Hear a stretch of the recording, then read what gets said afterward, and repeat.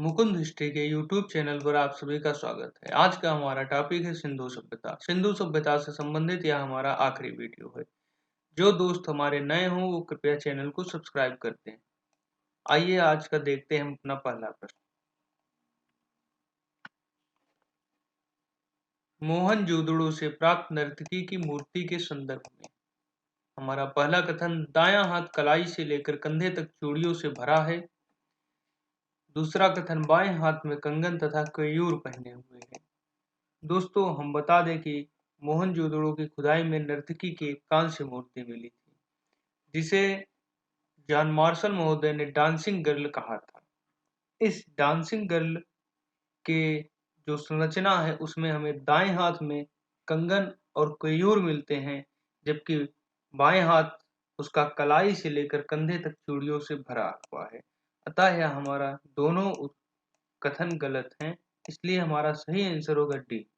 हम बता दें कि यह नर्तकी की जो कांस्य की मूर्ति है, यह मधुच्छिष्ट विधि या लास्ट वैक्स विधि या लुप्त मोम विधि के द्वारा बनाई गई थी।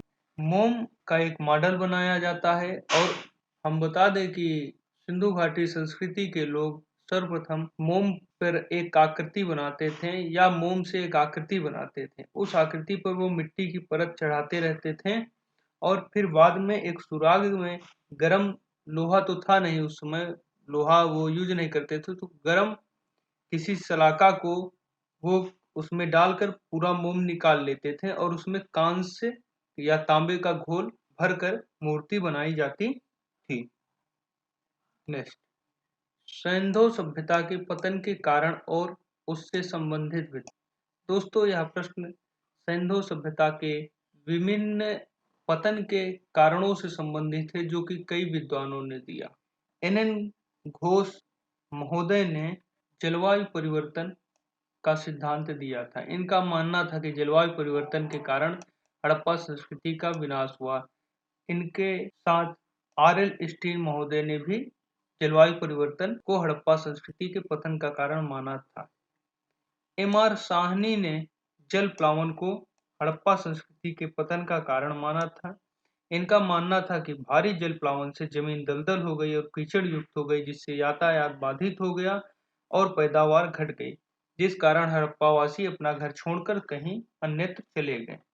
एस.टी. लैम्ब्रिक व माधोस्वरूप वत्स सिंधु व उसकी अन्य नदियों या सहायक नदियों के मार्ग परिवर्तन को सभ्यता के विनाश का कारण मानते हैं। के.आर. कनेडी महोदय ने हड़प्पा संस्कृति के प्रमुख स्थल मोहनजोदड़ो के विभिन्न शवों को, अस्थि कंकालों को अध्ययन करने के बाद यह कहा कि यह महामारी मलेरिया इत्यादि के कारण इनकी मृत्यु हुई थी, जिस कारण उन्होंने हड़प्पा सभ्यता के पतन में महामारी को एक प्रमुख कारण माना है।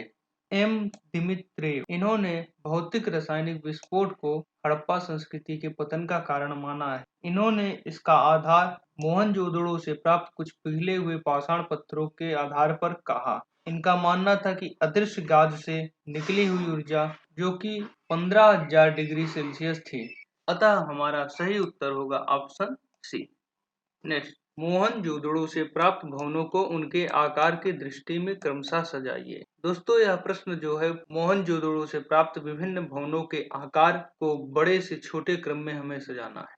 हम बता दें कि बृहत स्नानागार जिस भवन में है वह उत्तर से दक्षिण की ओर 180 फीट तथा पूर्व से पश्चिम की ओर 108 फीट है। इसके अंदर हमें 39 फीट लंबा और 23 फीट चौड़ा और लगभग 8 फीट गहराई का एक स्नान कुंड, जल कुंड मिलता है। मार्शल ने इसे तत्कालीन विश्व का आश्चर्यजनक निर्माण बताया था। बृहत स्नानागार सबसे बड़ा भवन है।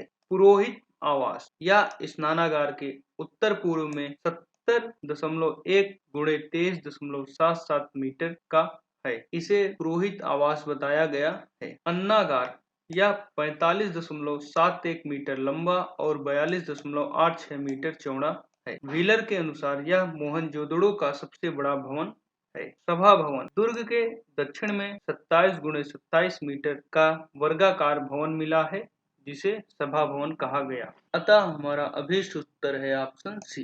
नेक्स्ट, सिंधु घाटी सभ्यता से प्राप्त मोहरों में सर्वाधिक प्रचलित आकृति वर्गाकार मोहरे, त्रिकोणीय मोहरे, गोलाकार मोहरे, बेलनाकार मोहरे। हमारा सही उत्तर है वर्गाकार मोहरे। हम बता दें कि सिंधु घाटी सभ्यता से सर्वाधिक वर्गाकार मोहरे मिली और सिंधु घाटी सभ्यता की अधिकांश मोहरों का निर्माण सिलखड़ी नामक पत्थर पर हुआ है। त्रिकोणीय, गोलाकार व बेलनाकार मोहरे भी पाई जाती हैं।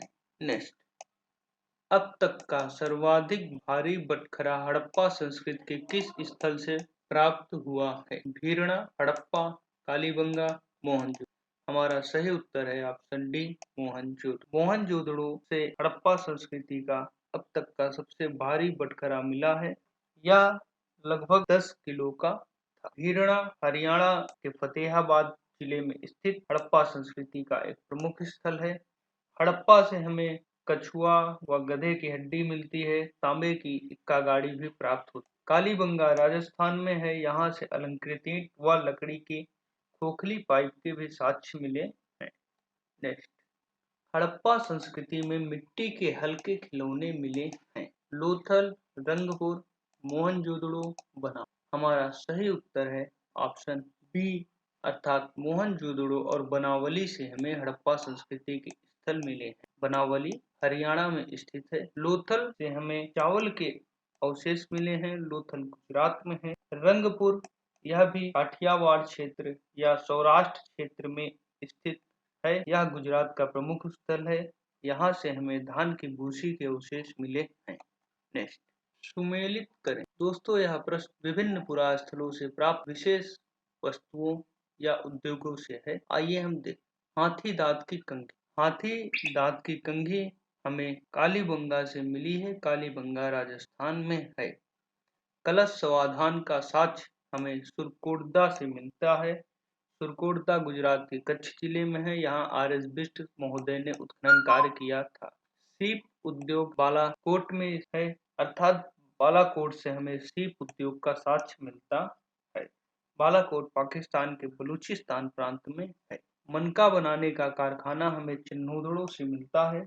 यह मोहनजोदड़ो से लगभग 100 किलोमीटर की दूरी पर है। अर्नेस्ट मैके महोदय ने यहाँ उत्खनन कार्य किया, अतः हमारा सही उत्तर है ऑप्शन डी। नेक्स्ट, कथन। मेहरगढ़ पाकिस्तान के सिंध प्रांत में है। बनावली हरियाणा में घग्गर व उसकी सहायक नदियों की घाटी में स्थित है। मेहरगढ़ पाकिस्तान में है, यह बात तो बिल्कुल ही सत्य, किंतु यह बलूचिस्तान प्रांत का प्रमुख स्थल है। मेहरगढ़ से प्राप्त अब तक की जो सबसे पुरानी तिथि है वह 7000 ईसा पूर्व है, जिसके आधार पर भारत में नवपाषाण काल का साक्ष्य 7000 वर्ष पुराना माना जाता है, जबकि विश्व की दृष्टि से नवपाषाण काल की शुरुआत 9000 ईसा पूर्व होती है। बनावली हरियाणा में घग्गर व उसकी सहायक नदियों की घाटी में स्थित है। यह कथन हमारा सत्य है, अतः हमारा उत्तर बी है, अर्थात केवल 2 कथन ही सही है। नेक्स्ट, सिंधु सभ्यता में सर्वाधिक प्रचलित ईंटों का अनुपात। हमारा सही उत्तर है ऑप्शन डी, 4:2:1, अर्थात 28 × 14 × 7 सेंटीमीटर की हमें ईंटें मिलती हैं, जबकि नगर प्राचीरों में हमें 1:2:4 सेंटीमीटर की ईंटें प्राप्त होती हैं। इनकी जुड़ाई इंग्लिश बॉन्ड पद्धति के आधार पर हुई थी।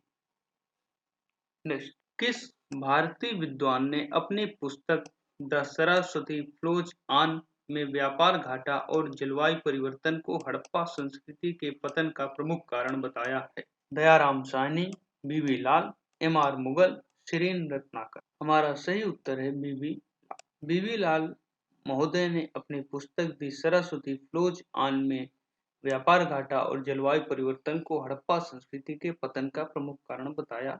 दयाराम साहनी ने 1921 में हड़प्पा में उत्खनन कार्य किया था। एम.आर. मुगल महोदय क्रमशः या निरंतर शुष्कीकरण के कारण हड़प्पा संस्कृति का पतन हुआ ऐसा मानते हैं। शिरीन रत्नाकर मेसोपोटामिया के साथ लाजवर्त मड़ियों के व्यापार में कमी को पतन का कारण बताया है। तो दोस्तों, आपको हमारा आज का यह वीडियो कैसा लगा? लाइक करिए, कमेंट करिए और अपने दोस्तों के साथ भी शेयर जरूर करें।